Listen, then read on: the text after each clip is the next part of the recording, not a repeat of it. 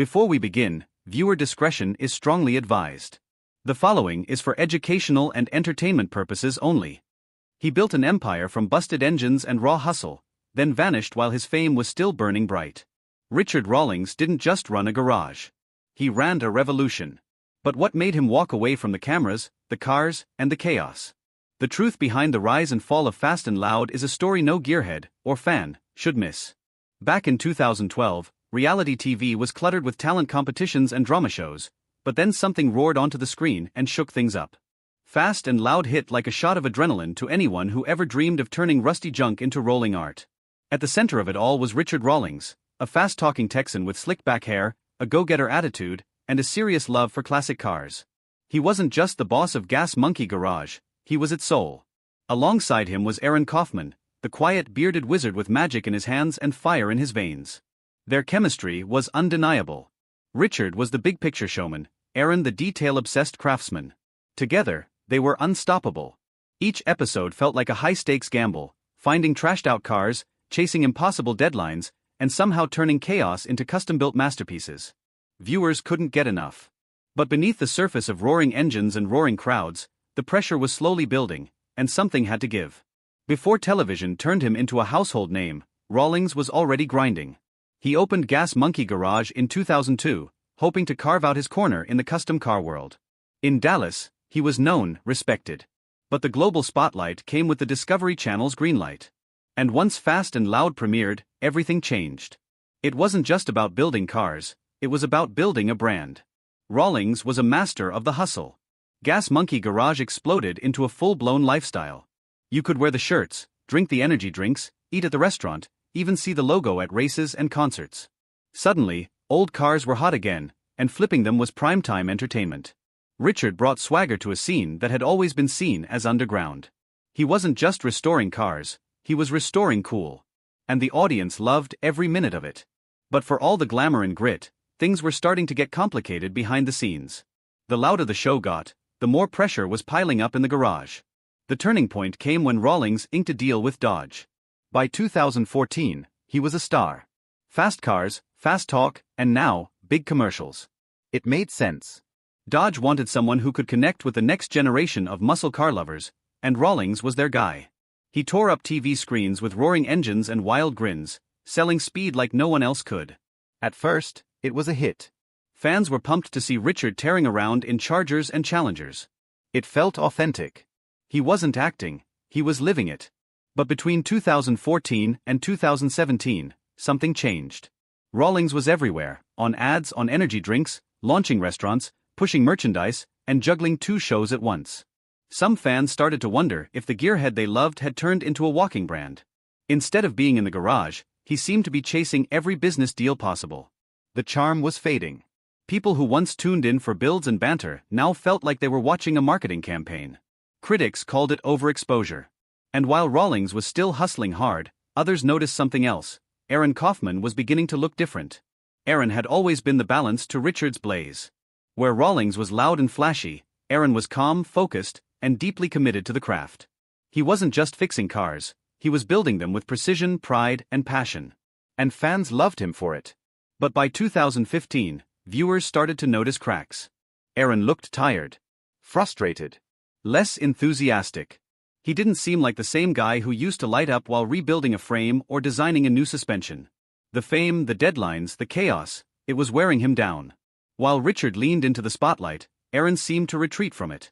He wasn't in this for fame. He was in it for the build. And with every new sponsor and tighter schedule, it became harder for him to do things his way.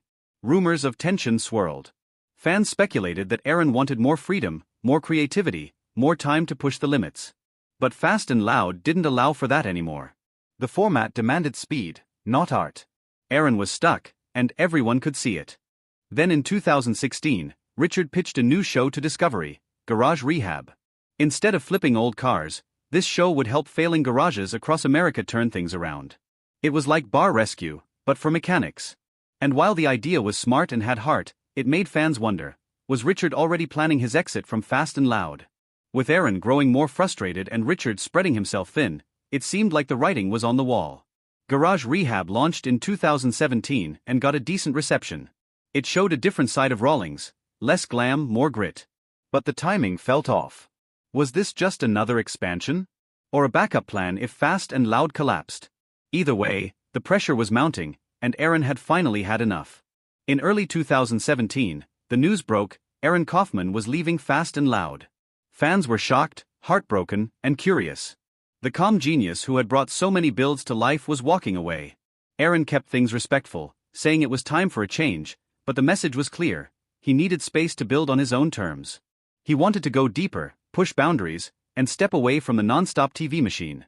Richard, on the other hand, seemed blindsided.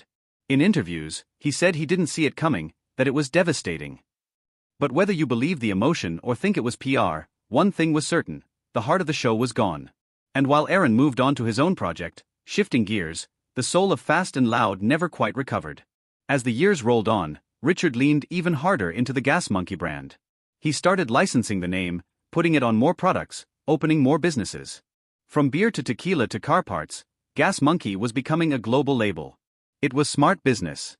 But fans started to question: was the original spirit of the garage being sold off piece by piece? Where were the builds? Where was the passion? Richard defended the move. He said he was evolving. That he wasn't just a car guy, he was a businessman. But for many longtime fans, the shift was hard to watch. The gritty underdog story that made them fall in love had turned into something glossier, bigger, and a little less real. Then in 2020, without warning, Fast and Loud vanished. No farewell episode. No official goodbye. Just silence. For a show that ran for 16 seasons and built a cult following, the sudden end was jarring. Finally, Rawlings addressed it in an interview. He said it wasn't Discovery's call. He walked away. He was done. He wanted full control over his content and brand. He was tired of restrictive contracts and wanted freedom to move. He even mentioned that he couldn't post about his own cars without Discovery's approval. That level of control had worn him down. And just like that, the show that once defined a genre was over. Outside the spotlight, Richard Rawlings was still making headlines, though not always for cars. Photos surfaced of luxury vacations, flashy events, and a lifestyle more Hollywood than hot rod. People whispered that the fame had changed him. Others defended him. He earned every bit of it. But personal life drama added fuel to the fire. After remarrying his ex-wife Suzanne in 2015, they split again in 2019. Fans who rooted for their love story were left disappointed. Richard was now dating someone new and seemed more focused on brand deals than relationships. The man who once worked 80 hours a week in a garage was now a full-blown celebrity entrepreneur. Still, say what you want about Richard Rawlings, he made his mark. He turned busted metal into TV gold, brought car culture back to the mainstream, and built an empire that reached far beyond Dallas. Fast and Loud wasn't just a show, it was a movement. It inspired millions, launched businesses, and changed the way we looked at custom builds. The engines may have gone quiet, but the legacy? That still roars.